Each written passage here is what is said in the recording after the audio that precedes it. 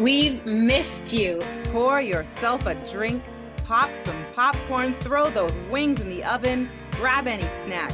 It is time to catch up over pre-show cocktails, or tea, or water, or whatever. Before the curtain rises at our favorite place, the Stratford Festival. Let's gab about the shows of the 2021 season, the plays and the cabarets. This is Showstarters with Alexis and Ijoma. Cheers!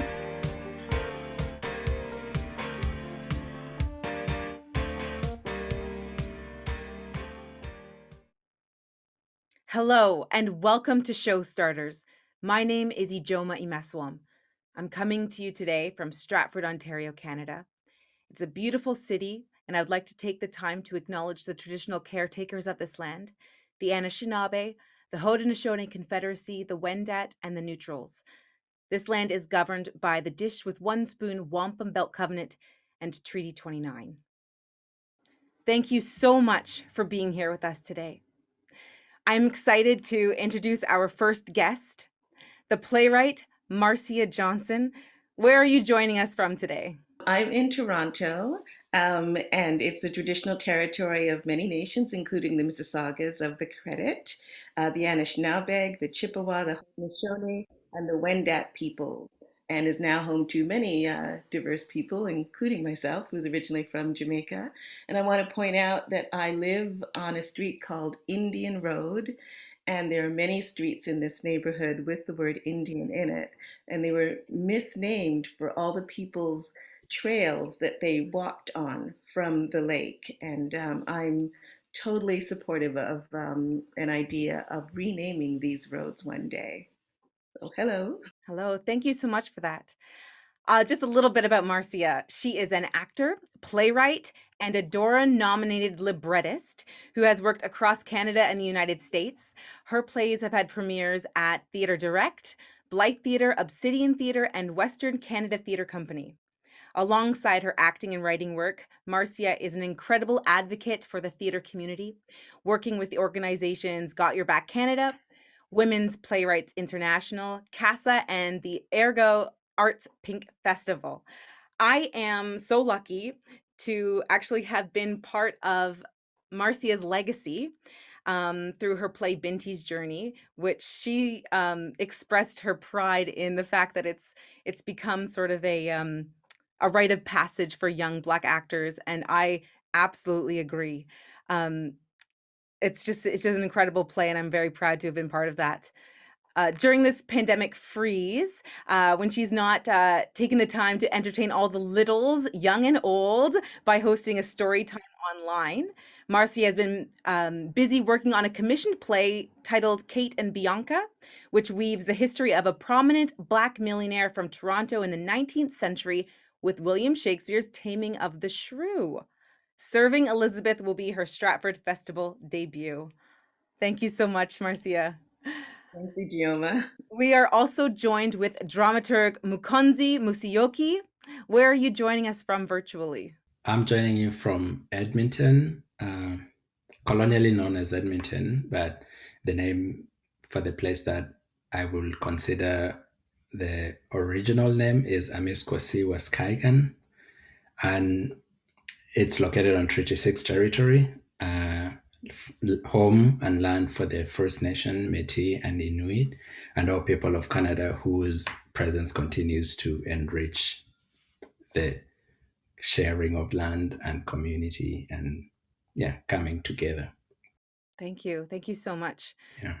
Mũkonzi is a theater scholar, a writer, director, and dramaturg. He is currently working towards a PhD at the University of Alberta in performance studies, where his research is focused, let me get this correctly, on post-colonial theater and performance, dramaturgy, urban discourse, and identity politics in contemporary East Africa and the diaspora.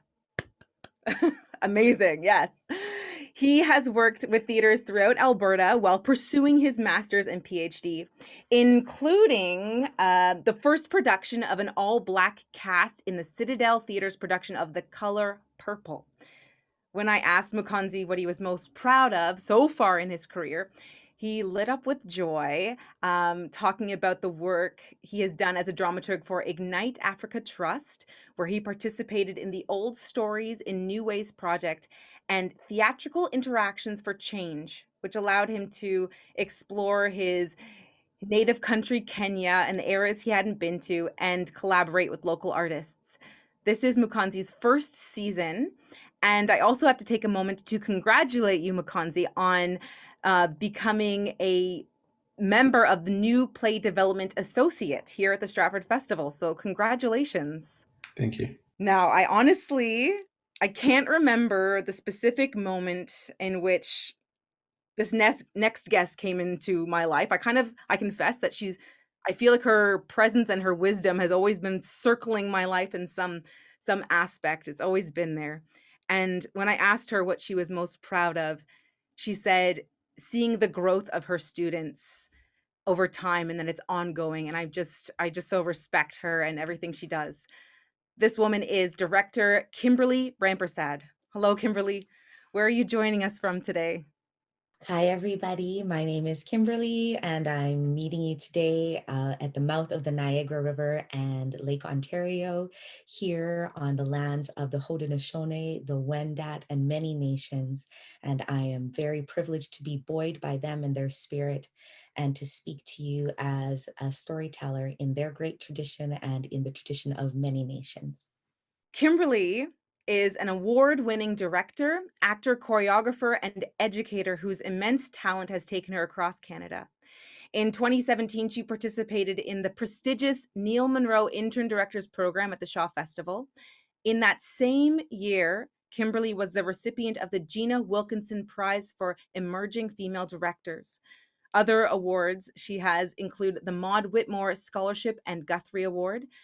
In 2018, she was inducted into Rainbow Stage's Wall of Fame as a performer. She gained national praise for her direction of the Shaw Festival's production of George Bernard Shaw's epic Man and Superman. And when the pandemic hit, she was in the process of preparing for Gypsy. She sits on the board of directors for the Actors Fund of Canada, and Kimberley is currently the Associate Artistic Director of the Shaw Festival. Thank you for being here today, Kimberley. Thank you for having me. Wow. Thank you so much. And now I invite you all to imagine that Kimberley, Marcia, Mũkonzi, and I are seated in the beautiful lobby of the Tom Patterson Theatre, the new one. We're going to be in there first. It's sparkling and gorgeous, and the windows and the flowers. We are sipping Prosecco with, as Kimberley suggested, a splash of elderflower syrup. Marcia has a bottle. Yes. And also, Mũkonzi has very graciously brought some delicious and very strong, he warns me, Kenyan tea to enjoy as well. So please pour yourself a drink, grab a snack, and share some pre-show drinks with us as we discuss this season's production of Serving Elizabeth by playwright Marcia Johnson. It's an incredible story that stretches across time. Kenya, 1952, England, 2015, Mercy, a restaurant owner, Tia, a film student, and an English queen's visit, I offer, refocused. History is written by those in power, but as Kimberley proclaimed, Marcia has built her own printing press with this play. I am really, really excited to speak about this play, and we are so lucky to have you here with us today, Marcia. It's a joy and an honor to speak with you. I know that Serving Elizabeth was created through a call for submissions through Thousand Island Playhouse. Can you start us off as you pour yourself a glass, just telling us what inspired you to write this play? Just a deep anger at something I saw on TV. I was watching The Crown on Netflix, and I love historical dramas, And when they got to the second episode with Princess Elizabeth and Prince Philip in Kenya, they actually shot in South Africa, and I was really impressed. But then by the end of the episode, I was furious because there were no roles, meaningful roles for Black people. They had gone all the way there, and a few people spoke in Kiswahili or Kikuyu, but there were no subtitles. And I just thought it was a hugely missed opportunity. And when I found out the next day that Thousand Islands Playhouse was looking for a playwrights unit for 2017, the 150th anniversary of Confederation, and they were hoping to find people who wanted to write plays that challenged or questioned that, I said, well, I have an idea. And I just dashed off a proposal in half an hour and sent it. And they said yes. And just when the pandemic hit, you had actually just finished just in time, almost a production, Yes. The premiere. Yes. And you played the role of Mercy. Yes, I did. In the production, right? Mm-hmm. Kimberley or Mũkonzi, would you like to, how did you become part of this process? When did you come into the process of working on this script? And what was that process like for you? So coincidentally, when I got the new position, this was in the consideration for production. So when I was actually doing my interviews for the new for the new position, this was I think it was in the programming conversations, and so there was just something fateful about the intercept that I cannot explain, but it's also very rare to be able to find something that connects to my sociocultural background, but also how I'm positioned here. And yeah, I can say so much about it. But I just find there was just something that I think fit so well with what I can offer in the position that I'm in. And also with my existing working relationship with Kimberley, I knew and I'm hoping this is going to be an adventure. Yeah. That's wonderful. I would love to know when you started working together, Kimberley and Mũkonzi, what brought you two together? Should I speak? Okay. So when I first heard, before I traveled to Kenya to do the big Shark project about a famous Kenyan legend, I approached the Citadel because I knew they were planning to produce The Color Purple, and I talked to the artistic director that I felt like there was something I could offer for the production. Previously, I know they don't have so much in their culture of doing production dramaturgy, or they do, but I've not seen it recurrently happen. So it was more of a gamble for me to approach them and offer them as a production dramaturg for The Color Purple.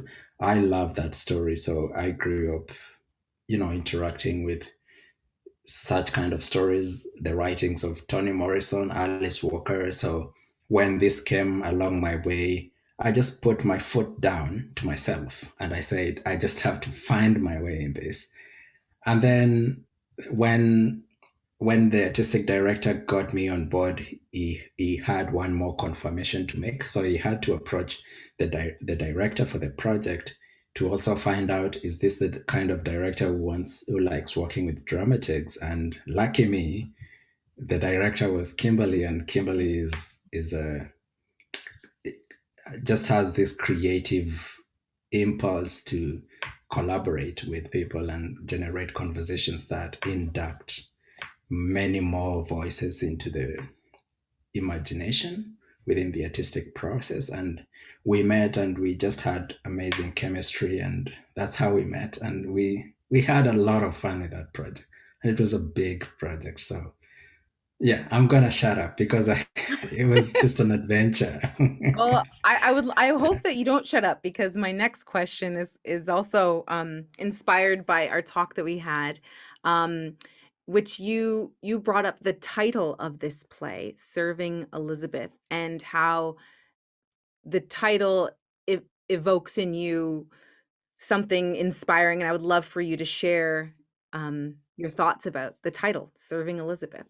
And that conversation came up with my conversation with Kimberley about, we are coming at a time, we are living at a time whereby so much has happened, and there's been a lot of conversations around giving agency to people who've been elided in representation, mainstream, also storytelling, but also challenging the culture of which stories we tell and which bodies we represent.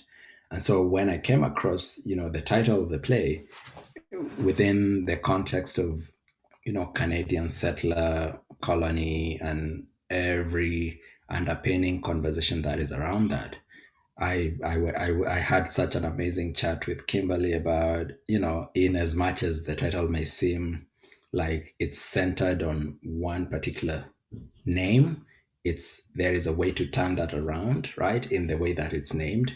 And so our big question as we go into the production is, what does serving mean in terms of the interpretation, right? So in Kiswahili, there is a phrase when you're giving someone a piece of your mind, you tell them, I'm serving you. So it's not up down. It's more of, you're gonna listen to me and I'm gonna really give you a piece of my mind and set the record straight. So that ended up defining the basis of how do we interpret the story. Marcia, do you have any thoughts on that interpretation of the title that you've written? It was absolutely meant to be a double entendre. So I'm so glad that you figured that out. There is the immediate meaning from people who know about the play is that one would be serving Elizabeth, but she herself took this very seriously from the research that I do better. She is serving. I'd like to know, or I'd like to speak a little bit about the power of this play. And, it's known that history is written by those in power. And the outcome is that the voices that are not in power are muted or silenced, erased. And I'd love to talk about the ways in which Marcia's play is working against this silencing. I think one of the things that I really appreciate about how Marcia has written this play is how fully the characters are actualized. And because they're full characters, they are intelligent, but they are flawed. They have vices, they have attributes, they have dignity, they have their folly. And because it's so well-rounded, she has the fire. You can feel the fire in the belly of the playwright, and you can feel like kind of the drive of where it's going. But she tempers herself by saying, if I really want to get there, I can't do it by writing it heavy-handed to where I want to lead you. Because then it moves from being artful and from it being nuanced and lyrical and funny and to being propaganda. And I'm not saying that propaganda doesn't have its place either too, because propaganda is a real thing, and done well, it is exciting. But I think that the thing that's happened here is that she has written all of the characters fully. So first of all of the characters are there. So that's a different thing, because everybody has, or more people certainly have, a voice in this play. And then because they're so even and human and rounded, then they have contradictions, which makes them complex, which I think when you see somebody with contradictions, it creates empathy, because I think we naturally understand how we hold contradictions. It's one of the things about becoming an adult that I find so interesting, that younger people seem to be like, it's here and it's here and it's here. And the older you get and the more you experience life, the more you come to understand that contrary things can exist in the same space. And I think that that's what's it's the nuance of living and how things become complicated. And now in my wizened years, that the love songs mean more and I understand more, because I'm like, oh, it is complicated. Oh yeah, things aren't just so and so. It ain't easy. And so I think that that's what's so beautiful about how Marcia has written these characters and why it's disruptive, because there are more voices on the stage, but then it has an evenness that creates interest from us as audience members and asks us to be engaged further. So she doesn't let us off the hook because they're all complicated. She's like, and I'm leaving the work with y'all.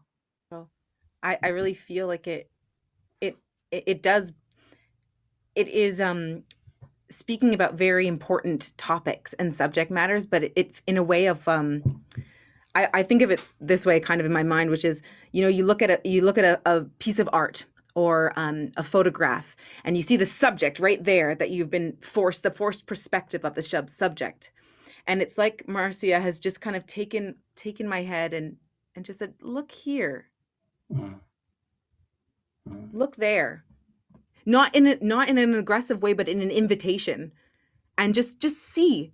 And just allows the question to kind of live in me of like, listen and just see what comes from that. I love this portrait, sort of this idea of us looking at something. I would offer too that it's almost like we are in a tight shot, and that we can only see so much of the picture. And Marcia has opened us up wider, and it has then maybe even not turned our head, but we have found something more interesting over there. And that as history keeps growing, as history is retold with the voices that have been left out, the picture is much more complicated, much more beautiful, much more tragic, because there's so much life, so much humanity that's in there. But I think that's really what she's done. She has opened it up, and because it's been even, we turn our heads. And I think what will be exciting for the audiences, I hope especially, is that when they leave, I'm hoping that people take different things, because that's what's touched them. And that she's just like, look at all of these humans. There are more humans involved.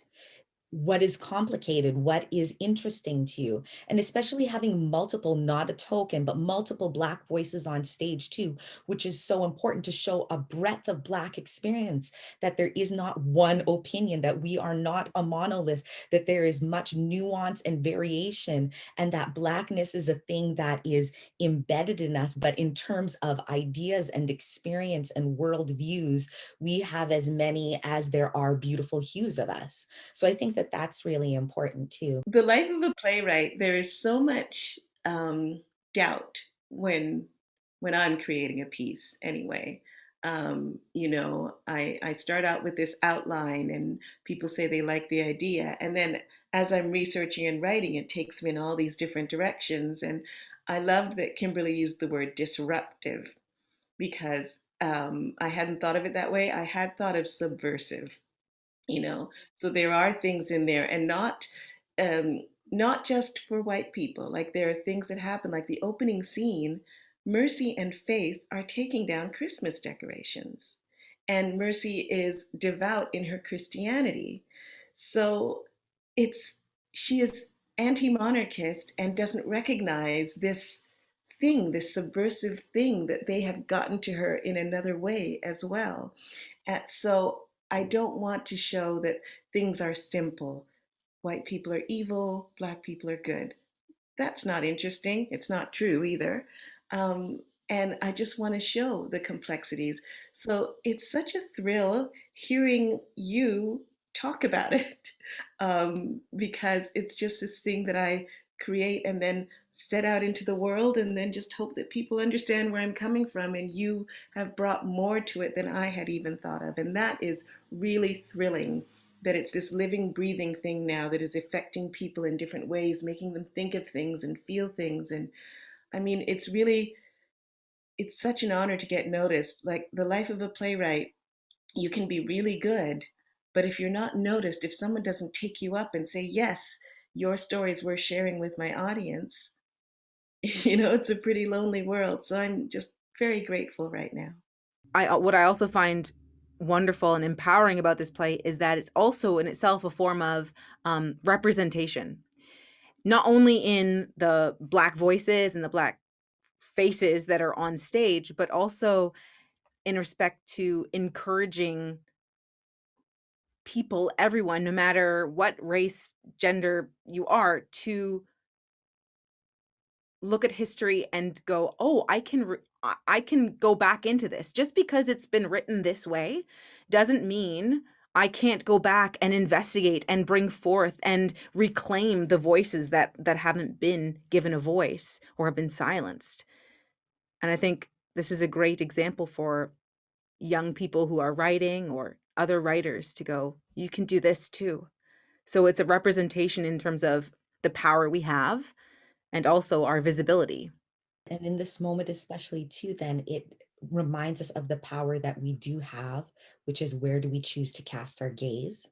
And when we cast our gaze, who do we notice is there or is not there? And then what do we do with that? It demands and it meets us at this point, which lets us know that we have a power to be critical, and not critical in a bad way to cross our arms, but critical in an active way, which has us seeking out the truth, which has us looking at, well, who isn't there? Why is that? Where can I learn more? How can I become involved if that's something that is still happening? Yeah, I just love it when people say to me, I never thought of it that way. But that's my goal. I want to prove that we were there. Wherever you can think, whatever time period, we were there. It just, that story hasn't been told. Those stories haven't been told. And that's one of the subversive things I have in the play is with the character of Tia. She knows that she has a job to do. She knows that she has to represent. And she has a huge awakening throughout the course of the play. One of the passions that have informed why I engage in storytelling in the capacities that I'm able to is there is always a very prevalent question of who is at the center and who is at the periphery, and what has been the long-standing effect of that in the repertoire that we've developed over in our different societies. And what this does is that when I read it and went back and watched the episode and came back and read the play, there was just an entire lens. And I felt like going on a rant and writing the creators of the Crown an entire letter, a long letter, that why did they not really factor in the entire conversation that came into consideration in accommodating the Queen, because there was an entire conversation, by not to make the Queen the center of the focus, but the idea that the princess was going into a place that it does not belong to them, being there as a visitor. I just like when you challenge the central voices or the main bodies that you've seen or have become part of telling stories that have to do with history and experience and how people are located in different places. It also helps people rethink their attitudes, and there is just so much power in that. And you know that has to come from a place of respecting human dignity and knowing that people, it's not right to discount who people are when you have the chance to represent them for what they are, right? Yeah. We've all obviously been sparked, I like to say, by this play. What do you hope this production will spark in the people that come to see it, whether they see it or when they see it live or when they see it after, when it's available online? Well, I accept that it's out of my hands, however people receive it. I've had opinions from either end of the spectrum. One man warning me, he's a huge fan of Regina Elizabeth, and he hoped that I showed her the proper respect. And another man saying, I hope you're going to show them for the welfare cheats that they are. And I wasn't interested in, as I said, just coming down on anyone, because none of us can know what it's like to be born into the position that she was, especially when it was never meant to be her path. Like if her uncle hadn't abdicated, she wouldn't have been there. And by all accounts, she has taken on the burden of wanting to be the ideal monarch because of just the controversy. The name of the royal family was brought down because of Edward, and that she just wanted to be the best. She wanted to hold that up. So, I mean, none of us can compare anything that we've done in our lives to that. So, her as a person, I have nothing against. But I feel that in this day when we are enlightened, when we are looking back at what colonialism, imperialism has done to us, that we can't, now that we know, it can't be business as usual. And I just want people to think about that. There are things that you just accept as this is the way life is. Now you know that there's another way of looking at it. And once you know it, what are you going to do about it? I think for me, the biggest thing will be when the audience leaves, I want them to feel like it was time well spent. I hope that doesn't sound trite or dismissive. I want them to feel like it was time well spent. Whatever that means to them, I leave that with them, but I want them to feel like that it was time well spent. And especially at this time, there is some sort of dipping your toe back in to gather together in these times that I don't know where their anxiety might be. Some of them might just skip there, but some of them might have trepidation. So honestly, honoring all of their journeys and how they came to the space, I really want them to feel like they were taken care of, that they were thought of, that they were presented with the most excellent, rigorous, lyrical, thoughtful, nuanced, muscular piece of work that we could present to them with all of our hearts and skills, with the community that comes around us. That to me is would mean the most. This is just a very personal thing, but I'm really looking forward to the representation of those Kikuyu women on stage. There is just something that is so powerful about seeing them on ground in their culture, and there's just something I'm excited about that, and yeah. Representation matters. It matters. Thank you so much, Marcia, Kimberley, Mũkonzi. Thank you. Now, this has been such a wonderful conversation, and I know I'm really inspired and excited to see the production. So I would love to make a toast as we end our chat. So I would ask you, Mũkonzi, Kimberley, or Marcia, what should we cheers to? It's funny, I'm not even thinking about the play. I'm thinking about the return to theater. Yes. I missed it so much. The return to theater. Excellent. The return to theater. Cheers. Thank you so much for joining us on this episode of Showstarters. Please check out the other episodes available, the plays, and also Alexis Gordon's cabaret series about the 2021 cabarets this season. Until we meet again, virtually or in person, be well.